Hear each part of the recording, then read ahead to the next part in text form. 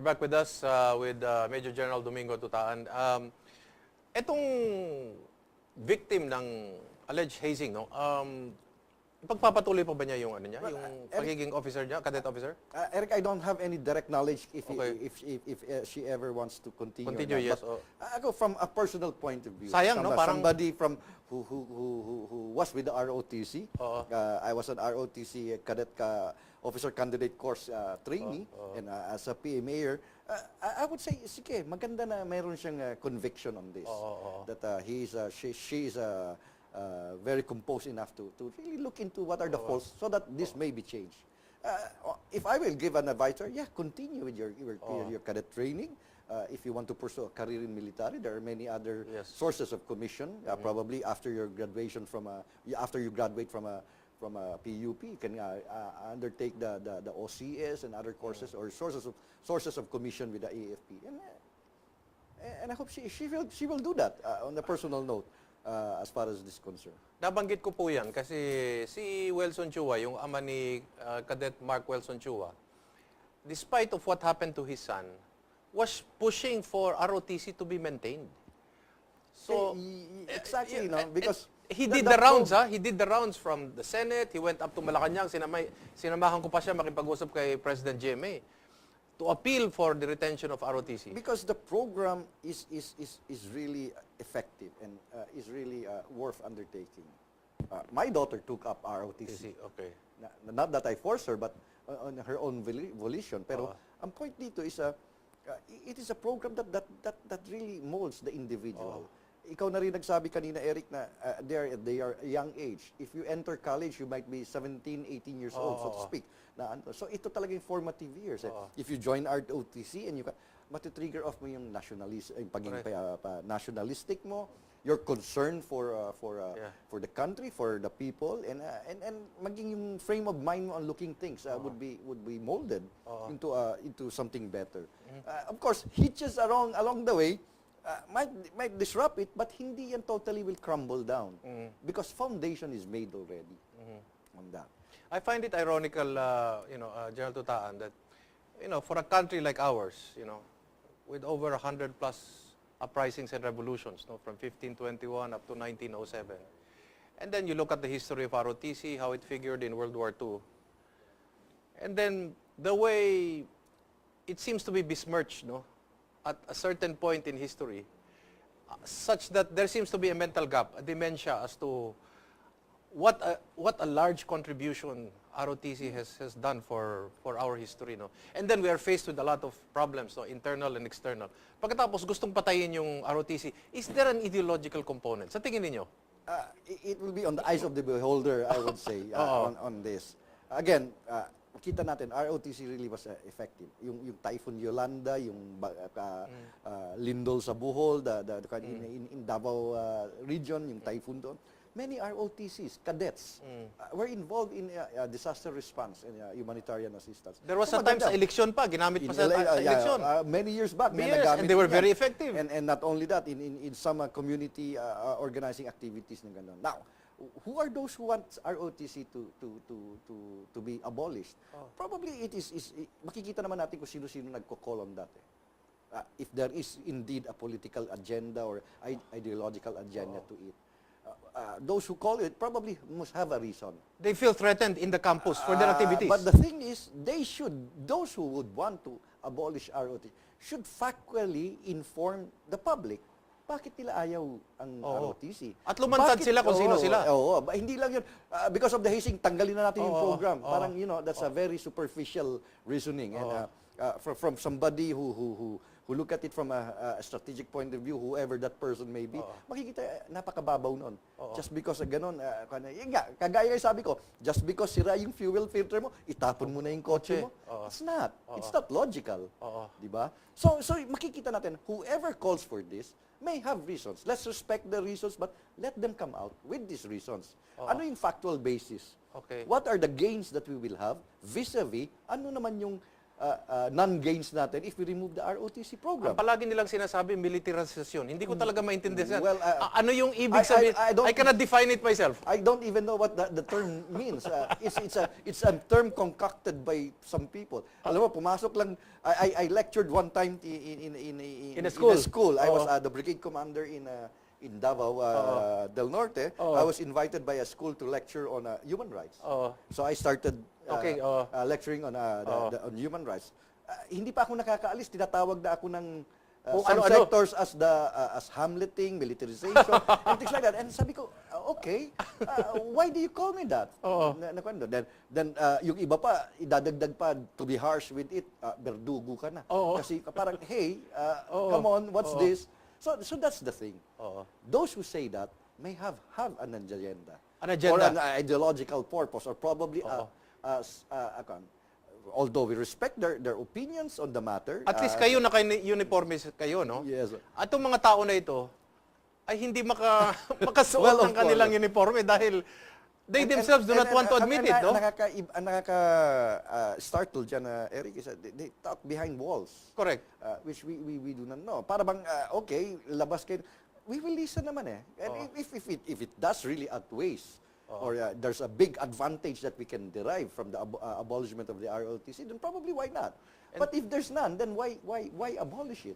And then if you scan our neighbors, you look at, like, for example, Taiwan, you look at South Korea. South Korea has a mandatory mandatory 2 years service Yes. in the military. Yes. Active service in the Correct. military, not ROTC. Correct. Each person has to serve in the military. Correct. 2 years. Singapore has also conscripts, Correct. which is mandatory. Tapos sa South Korea, pag hindi ka nag 2 years at tag-apply ka ng trabaho, ay mapapangiwi yung employer mo at sasabihin, bakit wala kang 2 years Yes. ng mandatory? At sasabihin, hindi ka makabayan pag wala kang 2 years na Exactly. kahit sikat na singer ka doon, ay kailangan, Yes, artista, exactly. kailangan mandatory training ka.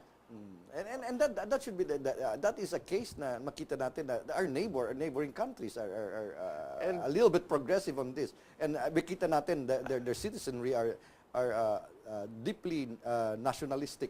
And these are countries which are also under threat, by the way. South Korea, Taiwan, and, and the interesting part about this, and this is one thing that people also forget, in South Korea, where you have very strong student protest, at the start of their collegiate year, they are out on the streets protesting.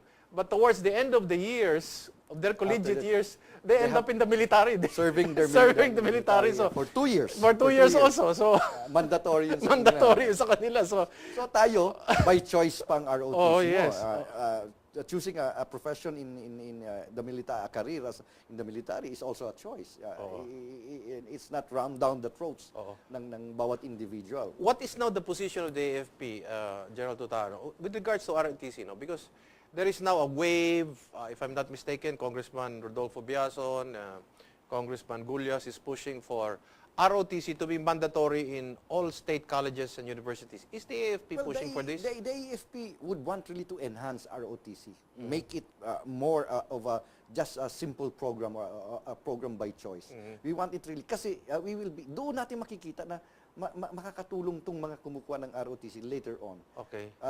Ang connotation kasi is during emergencies, during war, but emergencies also involve disaster response or humanitarian assistance. Nagagamit din natin yan sila dyan. Of course, may excuse me, merong certain constraints, them being of the youthful age. Hindi mo naman pwede yan i-recruit sa military kaagad because of age constraint. But the program itself is gonna be of big help. And then there's something here, I think, General Tutaan, that people don't realize. When you talk about ROTC, they're not reserve officers right away. Yes. This is just the basic home defense military training of citizen soldiers. Because when you take the advance, that's when you become a reserve officer. Yes, that's when if you do not take the advance, you are just a basic citizen soldier. Okay. That is in law. That is obviously Hindi naintindihan ng karamihan yan eh. No, probably naintindihan nga, kaya hindi nila sinasabi. Okay. Kaya yung nag-request ng i-abolish o nagko-call to abolish ROTC, blanket ang kanilang ganon, without explaining this. Oh, ito yung people's defense natin ito eh. Yes, exactly. Ito yung panlaban natin eh. Exactly. And makikita natin that ROTC is really to make sure yung, sabi nga sa batas eh, Oo. the ROTC under the NSTP Yes. shall instill patriotism, moral virtues, respect for the rights of civilians, Oo. and adherence to the Constitution among others. Oo. Citizenship training shall be given emphasis Oo. as a program. Oo. So, ito yung purpose ng ROTC Yes. na kinukuha ng bawat estudyante when they enroll to the NSTP. Pag nag-cadet officer ka o you take the advance, Yan na yung reservist Oo. training, doon pala magsisimula yung actual. Kaya nga, I was asked one time kasi walang ginagawa, hindi naman sila tinuturuan ng paggamit ng baril, well, it is in levels. Oo. Yung ROTC program na NSTP, the basics, the very mere basics. Pag nag-advance ka na, you take up the advanced ROTC program, that's the time you are given bivouacs, field training exercises, and it becomes more fun because you are now probably a source of military officers. Ito yung ROTC which we call the all-nation defense. Yes. Lahat The ng citizen tao, armed force, so the to speak. Citizens Armed Force. Yes. Kaya kailangan yung ROTC para lahat, kung pwede lang, ay masama. Yes. Matutong depensa ng ang tahanan niya, ang Pilipinas. Yes. Exactly. At So, yan ang ayaw nilang ipaliwanag kasi ang pinapalabas nila, lahat ay magiging that never came out. AFP lahat. That never came out vis-a-vis their claims. Oo. So again, sabi ko nga, with all due respect to whatever claims that they have, Okay. is they have the right to that opinion, but the thing is, bakit ayaw nila i-weigh yun against these things? Okay. Pag hindi nila winay yun, they're trying to probably deceive or just to make the whole picture a little bit blurred. Oo. Para those who are not really totally Aware. aware of it, Oo. might be go to the point na i-dissolve na lang natin. Importante po yung kailangan maintindihan nila na hindi ito mga opisyal kaagad. Yes. This is a basic home defense, all-nation defense force. Diba, kahit sa bahay, sa family, the father probably teaches, anak, this is how to close the door. Correct, that ilock mo, in ganito. case may emergency, andito yung fire Correct. extinguisher, ito yung exit na. Correct. Sasabi natin yan. That's basic defense of the home. Ito, I'm talking here now, basic defense of the whole country. Correct. Wherein all citizens are involved. Correct. It cannot be the armed forces only. Tama. Yung mga active service or yung mga nasa reservice. Correct. It has to be the whole citizenry when the whole country is the one threatened. And then, kailangan ho natin ng whole-nation defense dahil nga hikahos tayo sa gamit. Yes. Kaya tao na lang ang pwede nating ipanglaban. Di ba? Exactly. And just imagine, we are 100 million Filipinos. Yes. Give cross-section of that who are, imagine kung ganong karami ang Lalaban. ang lalaban, who call for a one nation, one people Defense, stand, national defense, of the whole country. Kahit siguro a modern army would not want to threaten us on this. Correct. Okay. Tama-tama sinabi ninyo dahil may tanong ko lang po sa inyo, no? Ano na po, by the way, kasi yung sa MILF medyo malinaw na, no? Yes, Meron the ng framework agreement umuusad na, no? for annexes. Pero dito po sa peace process ng CPP-NPA, hindi ko ho ginagamit yung NDF dahil actually kinakausap natin yung NDF. Pero ang nagpapatakbo po dito ay yung CPP. Sila dapat ang kinakausap natin sa table. Ano ho nangyayari dito sa ano nito? The peace process with them had been in an impasse for several years already. Of several issues concern yung i-release daw yung mga tao nilang arrested, even if they are charged with common crimes or crimes against persons na ganun. So not within the cause that they are but notwithstanding that there was an impasse. The AFP now is still giving primacy to the peace process, which is being undertaken by the Office of the Presidential Advisor on the peace process, yung OPAP. Okay. As they are trying to see what are to be undertaken, we undertake now what we call the peace and development outreach programs, the bayanihan programs or bayanihan activities. Okay. This is in support with the internal peace and security plan for winning the peace.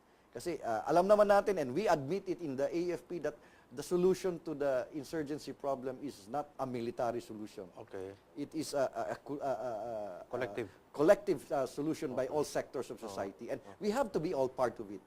Sino ba may gusto ng security, peace and order? Kami, ikaw. So lahat tayo have to have an important role on that. But different ang iba. Ako, I have a different role on it. Yeah.